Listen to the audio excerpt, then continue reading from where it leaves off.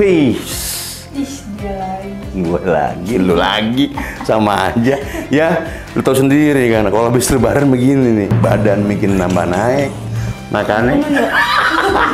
Makannya berkolesterol, opor, ya kan, ketupat sama apalah temen, tapi seru banget sih nanti. Daging. Iya, lu biasanya makan apa? Makan nastar. Oh, makan nastar, iya. Iya. Nastar sih emang enak ya. Gimana kemarin lebaran? Seru banget, karena kan makan-makan, ketemu saudara, keluarga, terus euforia lebaran tuh emang paling ditunggu-tunggu. Iyalah. Nah kalau aku sih lebaran kemarin cuma sehari 2 hari cukup. Kalau Mas Bruno berapa hari sih biasanya kalau lebaran? Lebaran jadi 2 hari. Nggak punya tangga lu. Kalau gua mah lebaran bisa seminggu. Lama banget. Lu 2 hari baru nyampe ya tanggal belakang doang paling. Kalau gua nih lebaran sampai seminggu. Gua tuh karena saudara gua banyak. Gua kudu ke Bogor. Gua kudu terakhir di Venezuela lah pokoknya. Terakhir di Enggak Venezuela. ke Swiss. Pokoknya gua harus ketemu dengan keluarga-keluarga dari nenek dan buyut-buyut gua gitu. Enak masih ada. Ya, gerak jokes, Jin. Sama aja. Ya, nih berarti Mas Bruno tuh halal bihalalnya lama kan? Ke sono, ke sini, ke Banten, Bogor. Tapi tahu nggak? Yang kan kalau misalnya kita dengar halal bihalal kayak dari Arab kali ya istilahnya, ternyata enggak tahu. Itu tuh dari Indonesia. Aku kira tuh dari Madinah atau dari Mekah, ternyata adanya di Indonesia. Istilah halal bihalal itu. Masa sih? Iya. Bukan dari Arab? Enggak. Terus siapa yang nganuin tuh, yang nemu? Jadi tuh ada ceritanya nih, Mas Bruno. Dengerin nih. Oke. Jadi tuh pada zaman dulu. Jadi tuh istilah halal bihalal pertama kali yang aku tahu nih ya, versi yang aku baca itu ditemukan oleh Kiai Haji Abdul Wahab Hasbullah pada tahun 1948. Dia itu memperkenalkan istilah halal bihalal ke Presiden Soekarno pada saat itu sebagai bentuk silaturahmi atau maaf-maafan kepada pemimpin politik yang saat itu masih ada konflik. Jadi dibuatlah istilah silaturahmi halal bihalal agar mereka saling memaafkan. Dan terjadilah hingga saat ini, hingga lebaran gitu. Gue baru tahu tuh istilah halal bihalal tuh kayak gitu ya. Nah, kalau halal bihalal biasanya lebaran gitu kan. Itu identik juga dengan mudik. Benar. Kalau mudik itu kan ibaratnya apa ya? Seperti mengunjungi keluarga kita yang jauh, orang tua, ya kan, menghormati, nah gitu itu. Nah kalau mudik dibaca di mana? Lu tahu nggak? Ada juga, aku mah apa sih yang nggak tahu. Sombong. Makin pinter nih, ya nggak bisa lebaran, duit masih banyak. Bisa aja. Jadi mudik ini itu awalnya udah lama banget dari kerajaan Majapahit. Nah, dulu para petani yang merantau itu punya istilah mudik agar pulang ke kampung halaman untuk bertemu keluarga, saudara, terus membersihkan makam leluhur, untuk sebagai meminta berkah, rezeki, dan meminta perlindungan saat merantau. Nah, mudik ini baru ada kaitannya di lebaran itu pada tahun 1970-an gitu. Jadi dulu tuh mudik itu belum ada kaitannya sama Idul Fitri. Gitu. Ya kan istilahnya gini kan, juga nggak tahu kan bahasa mudik, ya kan? Mudik tuh apa ya? Sampai sekarang gue belum tahu tuh. Mudik istilahnya, kenapa nggak pulang kampung? Iya kan? Belum tahu jadi juga. tuh mudik itu udik, udik itu kampung ditambah M jadi mudik. Gitu. Iya. Pinter juga ya? Iya gue juga nih, gue nggak nyangka di luar skrip gue ini. hebat. Pemopal, gue jadi pinter dikit nih samping Andi ini terus kan.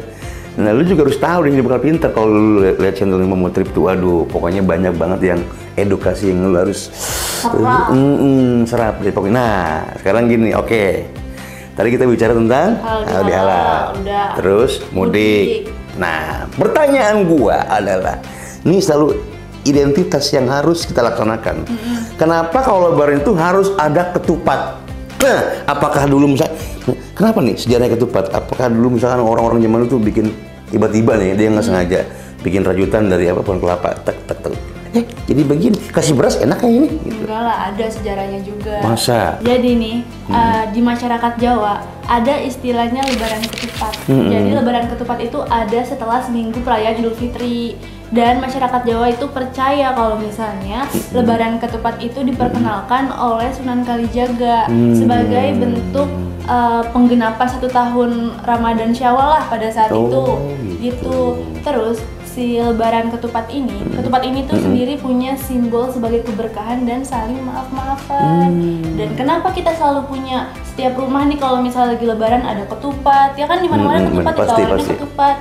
Karena itu ada kaitannya sama Idul Fitri yang selalu saling maaf-maafan gitu. Tapi lu pasti nggak tahu kan kenapa namanya ketupat?